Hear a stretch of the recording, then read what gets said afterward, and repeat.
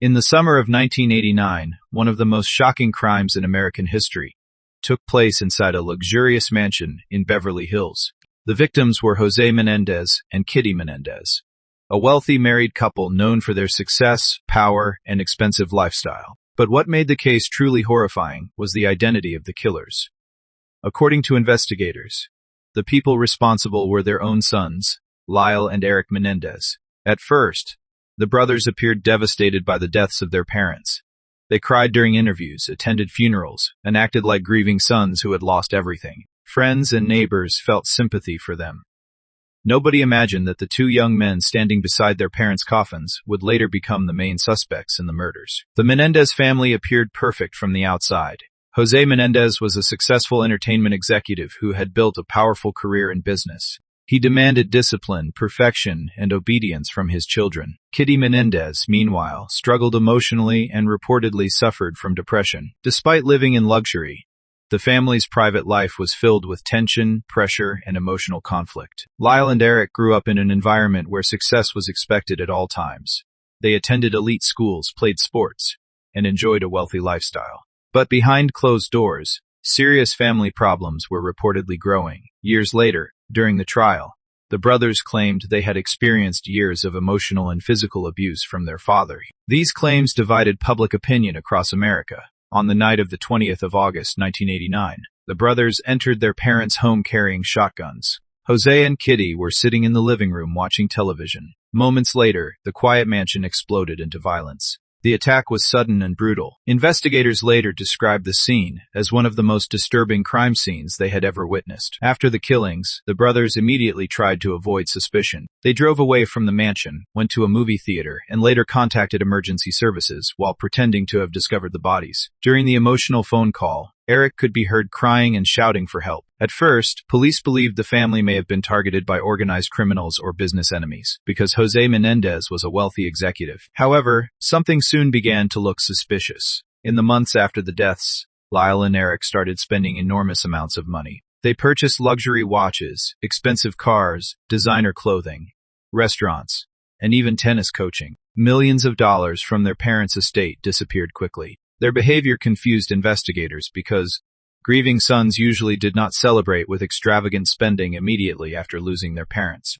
The case remained unsolved for months until an unexpected breakthrough changed everything. Erik Menendez reportedly confessed the crime to his psychologist. Eventually, information connected to those conversations reached authorities. Investigators reopened the case and focused directly on the brothers. In 1990, Lyle and Erik Menendez were arrested and charged with murdering their parents. The arrest shocked the nation. Newspapers, television channels, and talk shows covered every detail of the story. Millions of people followed the case closely because it involved wealth, family secrets, and shocking accusations. During the trial, prosecutors argued that the brothers killed their parents for money. According to the prosecution, they wanted access to the family fortune and believed murder was the fastest way to gain freedom and wealth. Prosecutors pointed to their expensive spending after the killings, but the defense presented a completely different story. The brothers claimed they had lived in fear for years.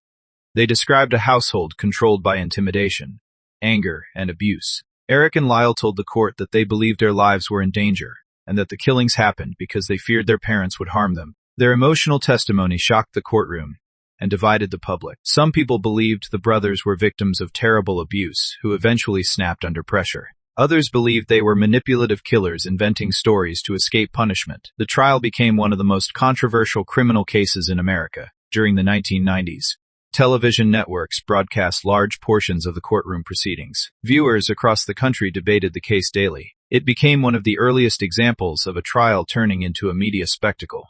Every facial expression, every emotional moment, and every statement from the brothers became headline news. The first trial ended without a final verdict because jurors could not agree on whether the brothers were guilty of murder or acted out of fear. This created even more national debate. Supporters of the brothers argued that the justice system failed to understand trauma and abuse. Critics argued that the brothers were simply wealthy criminals trying to manipulate sympathy. A second trial later took place. This time, prosecutors focused heavily on the brothers' financial motives.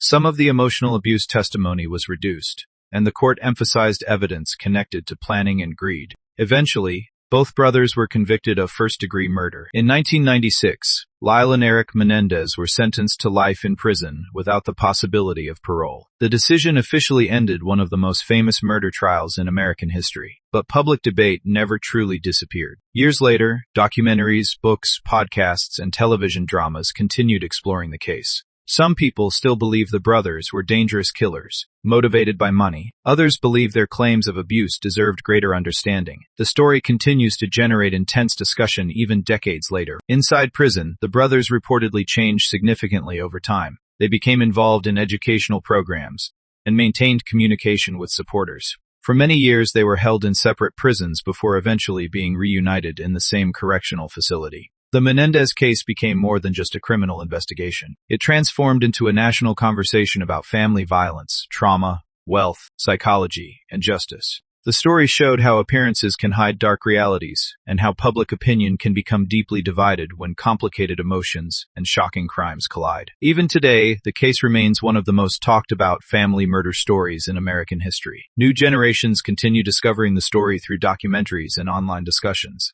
The image of two wealthy brothers sitting in a courtroom while accusing their own parents of years of abuse remains unforgettable to many people around the world. The tragedy destroyed an entire family and permanently changed everyone connected to the case. What began as the image of a perfect wealthy family eventually became a symbol of hidden secrets, controversy, and one of the most shocking criminal trials ever seen in the United States. And decades later, people still ask the same question: were Lyle and Erik Menendez cold-hearted killers driven by greed, or were they deeply damaged sons trapped inside a terrifying family environment? The answer depends on who is telling the story.